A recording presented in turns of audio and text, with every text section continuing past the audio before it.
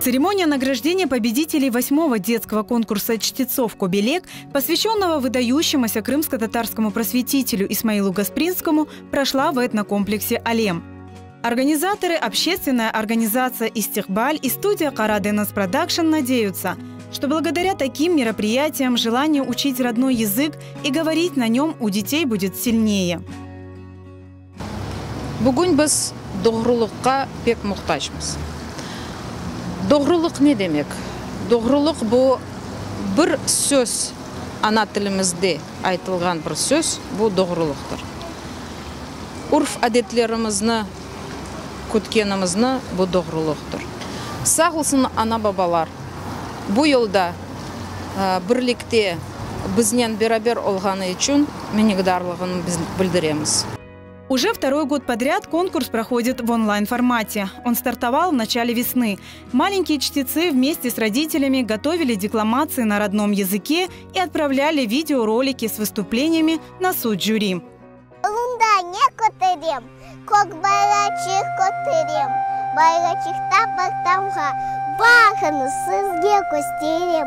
Перед членами жюри стояла непростая задача – выбрать лучших из 40 чтецов, ведь каждый из них был достоин победы. Все выступления конкурсантов были тщательно подготовленными, начиная от образа, заканчивая декламацией выбранного произведения.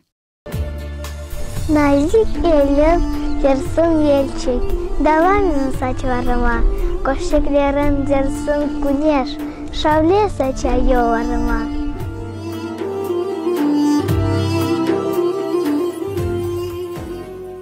Жюри olarak bu videoların hepsini birer bakıp çıktık. Evet, onlardan galiplerini belirlemek ağır oldu. Çünkü her bir balamız özcesine istidatlı, özcesine güzel, özcesine dülber. Ve ana babalar, neni kaydetmek isteyeyim, ana babalar pek çok zahmet etkenler, öz hissesini koşkanlar. Videoların dülber, güzel çıkarıp yollamağa. Luiza Hanım var edi, o artistizm meselesini baktı, telavuz meselesini beraberlikte baktık. Lenura Hanım çalıştı ve böyle umumen bir kararga keldik ve 3 gruppada 3'er galip belgiledik. В младшей возрастной группе победителем стал 3-летний Исмаил Харабаджах из Ахмеджита.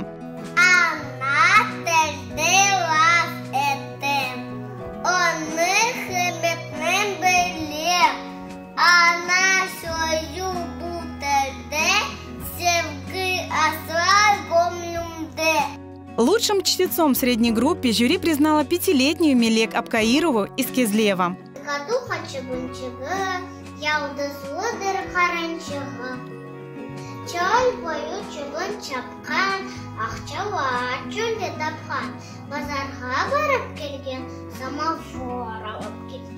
Первое место в старшей возрастной категории заняла 6-летняя Самира Алядинова из Ахмеджита.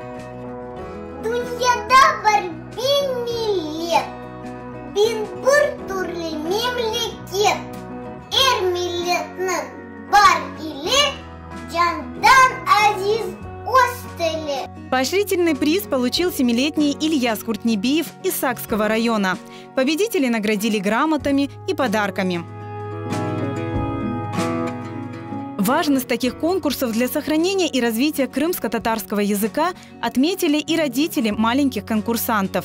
Бой кибі ярышлар бек файдалы bizim балаларымызға, құр балаларымызға дөгіл, ана бабаларға да файдалы. Çünkü ana babalar da bilmеген сойлары огырене балаларға бақып, балалар огыреткенде огыренелер. Yaraştırgan adamlarga da çoktan çok teşekkürler bildiremiz.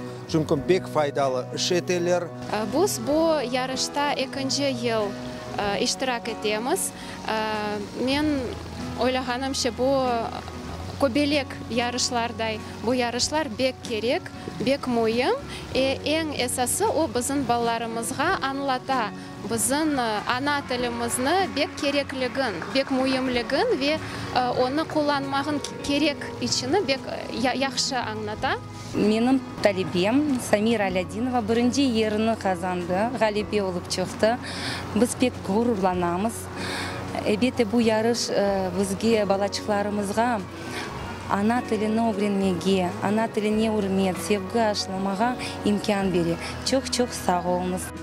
Из года в год конкурс «Чтецов Кобелек» собирает юные таланты со всего Крыма, дарит детям радость, хорошее настроение, а главное, раскрывает творческий талант, прививает любовь к родному языку.